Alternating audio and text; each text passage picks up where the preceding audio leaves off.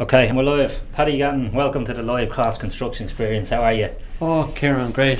Thanks for having me. I'm really looking forward to this. It's a busy time of year, and a busy time of year for us, but luckily we have it under control. We got at it early, but I mean, as always, you have the same old stragglers coming in at the last minute. Same guys every year. Yeah, of course. So it's how long have you been in business, Paddy? I've been in business for about 20 years in accounting, mainly.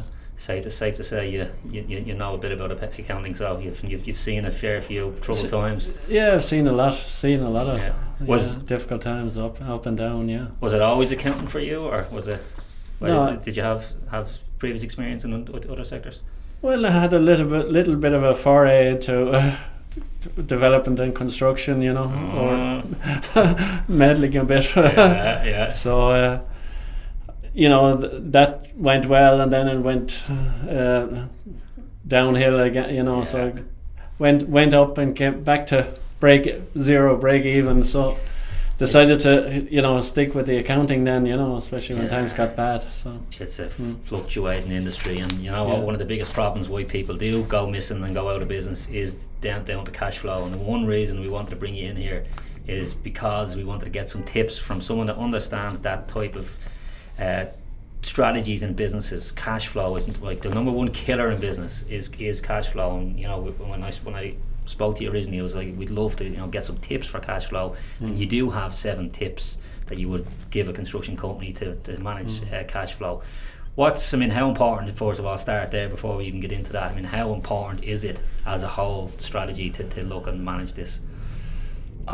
Cash flow actually is probably the most important thing. Most businesses fail not because of lack of profits, but actually they just run out of cash.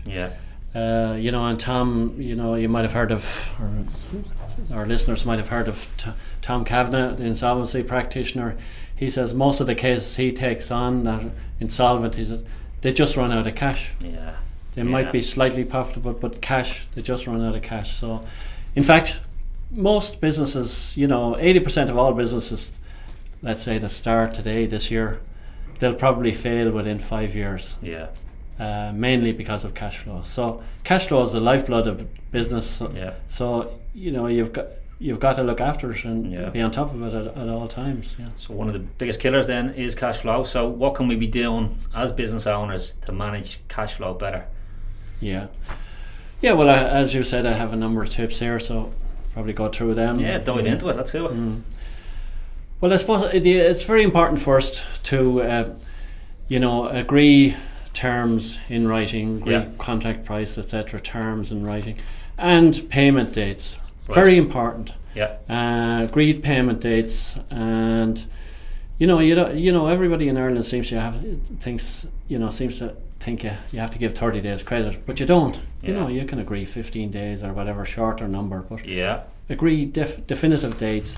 And when I say get it in writing, with email now, whip off an email and just get that firmed up, because it's amazing. In 3-6 months' time, people will forget what they've said. I didn't agree that. So that's a very common problem. So make sure you have decent terms laid out before you even kick off. Exactly. Okay. What's number 2? Well, the second one then, I'd suggest, particularly if you're any bit wary at all of the customer, get a payment up front. Okay. Maybe 30 to 50%, whatever it is. But if they're wary, if they're not going to do that, most times it's trouble down the line. It smells of trouble down the line. So I think that's very important. Have you seen any smart ways of incentivising someone to want to pay you sort of more? Well, obviously give them a discount for cash. That's important. And most people will accept that. If cash is the lifeblood, is what's going to keep the business going, and it could be worth doing a little discount just to keep the cash. Exactly. Okay, so we have our payment terms. Nice. And can I just jump back to the payment terms one just for 1 second as well? Just one thing to be clear of. Is that something that we should be legally bound to, or can we just draw up terms ourselves and make sure that both parties are on the same page? Well, unless it's a big case or big contract, you know, obviously legal maybe, but Yeah. generally I think, you know, as long as you have it In writing. or in emails, you Yeah. know, I think that's probably sufficient, you know. I mean, Okay, so there's no need to go to the expense of, you know, going the legal route and, you know, paying them extra money, I think, you know. Yeah, no, that makes sense. So we've got decent payment terms in place. Both parties understand when the payment should be made, and then we're going to look for that payment maybe a little earlier as well, if we can send the boys and just to keep that cash rolling. What would number 3 be then? Well, the other thing, you know, people fall down on a lot of contractors, etc., is invoicing. Right. So, you know, I've made a lot of people, they're so busy that they leave the invoicing, you know, that Yeah. a month later they're trying to catch up on it, you know, and so that's an extra month's credit. So I'd advise that you have some sort of system or software that you can Yeah. invoice immediately. So once a job done, bang, get the invoice bang, out. Get it out there. Yeah. Yeah. Any softwares that you would recommend? Well, there are a number of them around, you know. I mean, there's Sage, QuickBooks, any number, big red cloud. Yeah. But actually, the one we prefer, you know, they're all pretty similar, those ones. The one we prefer, I suppose we're used to it now, is Xero. Yes. Now that's spelled Xero actually. Yeah. So that's the one we use, and that's the one we prefer. You know, obviously you can invoice immediately with that. You know, you can email the invoice or print it out, send it, whatever. Another nice feature it has is that you can also do quotes. Super.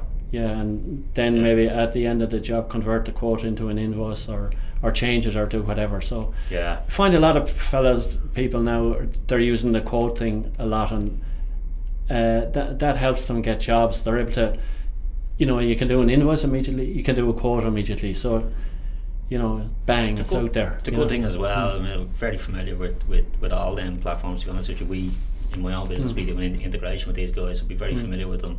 The templates they offer you, in terms of, just to touch on the quote point, like, they're fully branded professional templates. So when you're sending a quote out, it's fully branded template. Yes. Yeah, and you can put your own logo on it and everything, and, you know, jazz it up a bit. So exactly. I mean, your chances of converting that quote definitely go up when you're sending it from a professional package and it looks professional, and everything about your business is professional. Yeah. And as you said, there's a number of platforms out there available to do that from. So we've got our terms in place. We're looking to collect our payments up front. Now we're starting to actually invoice quicker, which is a great point. Actually, get it done, get it out there as soon as we can, to get that money in as soon as we can. What else have we got? Well, just on that invoicing, immediately a little small case study. You know, I suppose about a year ago, I took on this electrical contractor, and his invoicing was all over the place. And you know, he'd forget it, and he'd do it in a month's time, 2 months' time, and his cash flow.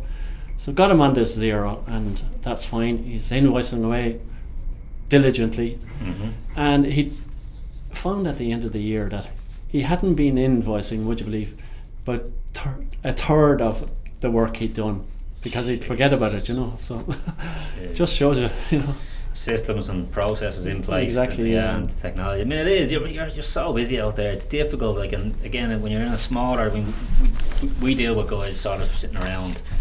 A lot of our guys be around sort of $1 million turnover, so they're turning a decent number, but don't have the resources as, let's say, someone turning 10 million over that has someone in-house looking after this at a day-to-day basis. So you got to have something, and technology is probably your answer to employing someone, or an aid, you know, to reduce someone's hours. So look, fully agree with you there. What else have we got? Well, I suppose the next thing, you've got it out there now, the invoices. Next thing is to collect it on time. Make sure it's paid. So you know, you have to have proper debtors at all times, and you know, keep it up to date. And actually, another thing with Xero is you can download bank receipts, etc. So it enables you then to mark off payments and keep your debtors ledger correct. Super. So you're able to send out invoices. Our statements on a regular basis, you know, twice a month or monthly, you know what I mean. In this day and age, I think you should be sending them twice a month. Okay, right. And interestingly enough, there's another add-on that links with Xero, integrates with it, called Chaser. Okay. Now this is brilliant. Right. I use it myself. I mean, obviously we'd have a lot of people on monthly standing orders, but you know, this time of the year now we'd do a lot of tax returns and we'd be invoicing. You know, there wouldn't be huge amounts, and so the Chaser basically it's a reminder system integrated with Xero by email. So let's say after 10 days it sends a reminder, oh Kieran, this your invoice for 140 is due for payment tomorrow or the next day. Very good. So you're automating that chase. Yeah, and then you know, it goes on. Then if it's not paid, maybe you know a week later there's another reminder, and it'll keep on reminding until you mark it off as paid. Very good. And maybe after about 5 reminders, it'll send you a message. Look, we've sent 5 out now. What? Remind us what do we do? That's a good one. That's a good one. I mean, you know, I mean, with small amounts, I find fellas say, you know, they get the reminder and they'll get on to me and they'll say, oh yeah, that's sorry about that, you know, but forgot about it, and bang, you get the invoice. Yeah. So it's never failed to get me an invoice paid. This Chaser thing. There you go. It's a brilliant little tool, little strategy there to help you. Yeah, brilliant Chaser. There are other ones around, but that's the one we know and we use. The one that's integrated with Xero. And it integrates with Xero. So. Perfect. What else we got? Well, I mean, just to make full use of a supplier's credit, you know, I mean. Right. Yeah. You know, I mean, a lot of people will give you 30 days, but you know, we have clients who are getting 60 and 90 days, right? Yeah. And you know, that's worth doing, you know, and maybe you might have to pay a bit over the odds, but it's helping your cash flow. And would you always recommend to push them terms out as far as you can? Yeah. Excellent. I mean, I know people are push them out and they get 90 days, you know. And pay on the last day. Yeah. Pay on the last day. Yeah. So that helps matters. Would you slightly overpay? I think so. Yeah. Get well, better sure. terms. Yeah. With the interest rates the way they are and everything, and you know, it's you know, banks. Probably makes sense to pay a bit more over the odds. If you can keep your cash rolling, use exactly, cash smarter. That makes sense. Anything else on suppliers?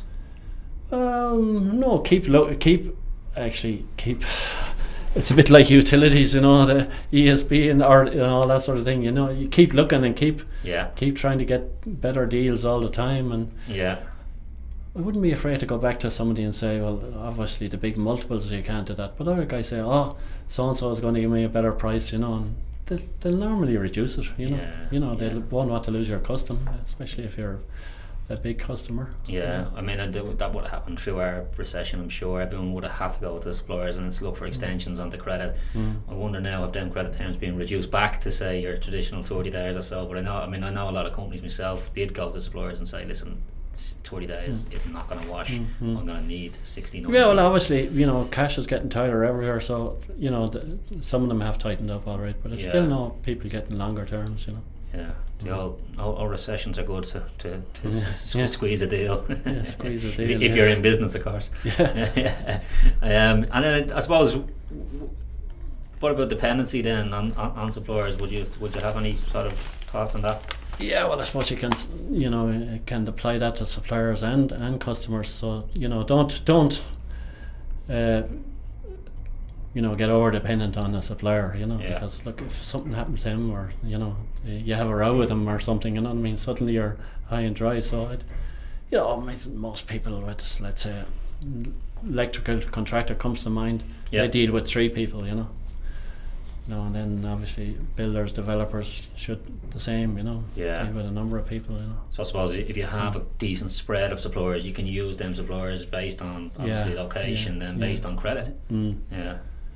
And I mean, the same would apply to customers, you know. I mean, don't become wholly dependent on a customer or a few customers, because if they go belly up or something happens, or you have fall out with them, so you need to have a good spread, I've seen this there. I just got back from UK Construction Week, and the topic of conversation over there was that the big guys, the big operators, they're trying to tie subbies in, right, whereby they become reliant on these bigger operators, and then the problem is they put such a squeeze on them that they're generally sending them out of business. Exactly, the customer, or the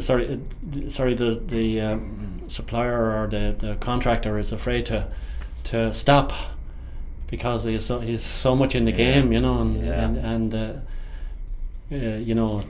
he's tied in, he's locked in, we've seen it here with big companies, and in the UK particularly. Dangerous. So that's, I'm taking note there. So you've got, make sure your payment terms, so to summarise what we've gone through here, so make sure your payment terms are in writing, some sort of writing, and agreed on between yourself and your other party. Try and get your payments up front, so even by incentivising, if cash flow is going to mean that much to keep you in business, but then we could easily be incentivising. Have a process in place, whether it's aided by technology or not, to get that invoice out quick once we get the job done. So make sure we have, with the lads on site, have some way of getting back to the office that this and that job is finished, bang, get the invoice out. Use something like Chaser to automate the chasing of them invoices, so we get them invoices and make sure they're coming in on time. Go to suppliers and see, can we increase credit terms? That's what you're touching on there. 5, I think that one was. So you push your suppliers out to say 60, 90 if you can get it, to try and improve your cash flow. Then we went to don't become dependent on too many suppliers, try and get a spread. 7. What else have we got? Well, I think the most important one is very important, and a lot of companies don't do this. Know your cash balance right now. Well, what I mean there is, you got to do cash flows. You got to do a cash flow and get into the habit of doing it. So I would suggest having most people would think this is extreme, but a 3-month rolling forecast. So you're updating that every week, right? And you can see 3 months what's going to happen. Yeah. Every week update that. Oh every week. Yeah. Every week. Yeah. I think every week without fail. And is that something business owner needs to be on himself, or would you sort of say that can be, is it someone in the business, or is that something that can be outsourced? I mean, it's both. I mean, savvy owners should be able to do this themselves. So you could nearly do it on a piece of paper. Most guys now know how to use spreadsheets and that. Of course, yeah. And once you get into the habit of doing it anyway, a lot of the things follow on every month anyway. You're paying probably roughly the same wages every month, and same to suppliers, and same amount of tax, so and the ups and downs a bit. But is that something that Xero will do for you as well? Will help you with cash flow? That'll will help you with cash flow. So. Absolutely brilliant. Brilliant. But I mean, that is probably the most important thing we've said today, is do the cash flow. Keep an eye on it. Manage it. And if you can't do it yourself, get somebody else to do it for you. Get someone else to do it. Every week, I'd say, every week, without fail. Yeah. Paddy, you've come in with 7 absolute pieces of magic there that could easily keep. Is there anything else you want to add to that, or are we happy with them 7? Oh, well, we're happy with us. I think you could go on and on really. If you get all those 7 right, you'd be doing okay. You'd be doing okay, yeah. If people would like to reach out to you and sort of pick your brain on a few of them, where do they find you? Very easy. Normally if somebody asked me to do a cash flow review, I'd charge them, 400, $3.99. But on this occasion, if anybody wants to reach out to me, I'll do the first 5 for free, right? Fair play. So, but I'm easy to reach. Yeah. Paddy, that's easy, at gahan.ie, GAHAN, not ONAN.ie. So it's Paddy at Gahan, GAHAN.ie, and I can review their processes and see, maybe suggest improvements and take it from there. Perfect. And if anyone wants to contact me direct, I'm happy to do that link across to Paddy. So he's doing for one for everyone in the audience there. Offer hard to turn down. Paddy, listen, thanks very much. It's been absolute brilliant stuff there, and appreciate you coming in. Oh, thank you very much, Karen. Enjoyed it. Yeah, thank you. It's great.